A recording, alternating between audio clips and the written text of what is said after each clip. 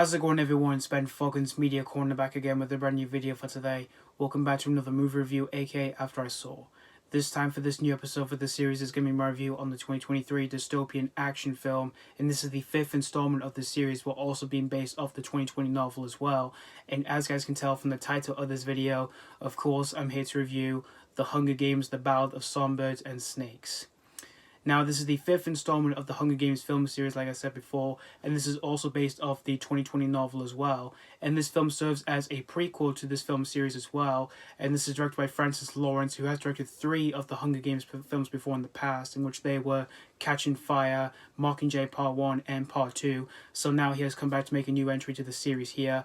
And this is set 64 years before the events of the original film, in which in this film we follow a young Coriolanus Snow, in which in the film he's played by Tom Blyth, and it showcases him of like how he became the leader of Panem, and it also showcases on his relationship with the Hunger Games District 12 tribune known as Lucy Gray Baird, in which in the film she's played by Rachel Zegler, and it showcases on their whole relationship during the 10th annual Hunger Games.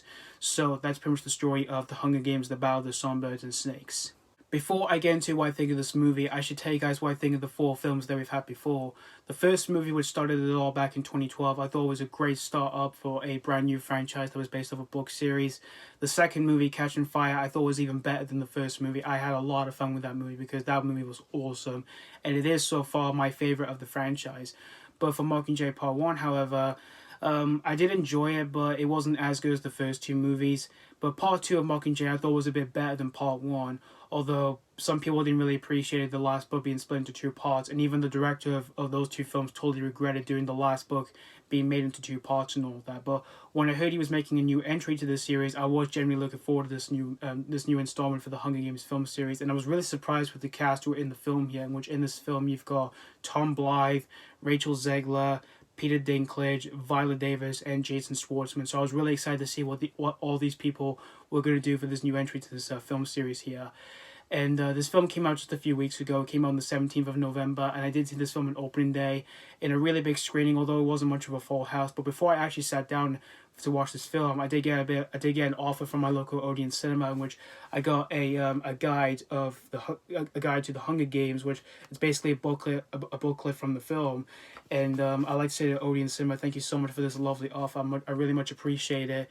And after watching this whole movie here, I can definitely tell you guys that I had a pretty good solid time here with The Ballad of Songbirds and Snakes here. I thought this was overall a good solid prequel to the Hunger Games film series here, although I wouldn't say it is definitely the best in the franchise since the first 2 films or anything like that, but this was still overall a good solid prequel here. The things that I did like in this prequel were the performances, in which I thought Tom Blyth did a really great job for his performance as young Coriolanus Snow, from showing the amount of complexity to his character here. And Rachel Zegler, who plays Lucy Gray Baird, I thought she was terrific in the film, from being sort of like a down-to-earth character, but also being very relatable at the same time here. And there are times where she does sing in the film here, in which when it came to those moments here in the film, I thought she was amazing for those moments because she has such a beautiful singing voice here. And her chemistry with Tom Blyth in the film I thought was pretty strong here. And Viola Davis, who plays Dr. Volumina Gall, I thought she was terrific in the film for being a really menacing character here. And Peter Dinklage, who plays Dean Casca Highbottom, he was great in the film for being sort of like a mysterious character here.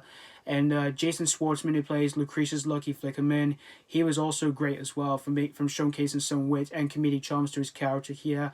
And everyone else, for the most part, I thought they all gave good solid performances here. Although there were a few characters in the film that I felt didn't have much development to them or anything like that, but they were still pretty good for their performances here.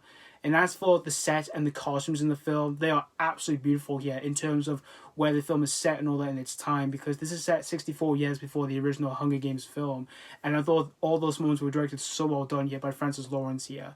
And he also did a really good job of directing the action scenes here, in which the action scenes here in this film I thought were really exciting and yet really brutal at the same time here, even though there's no signs of blood in the film here. But I really enjoyed those moments here.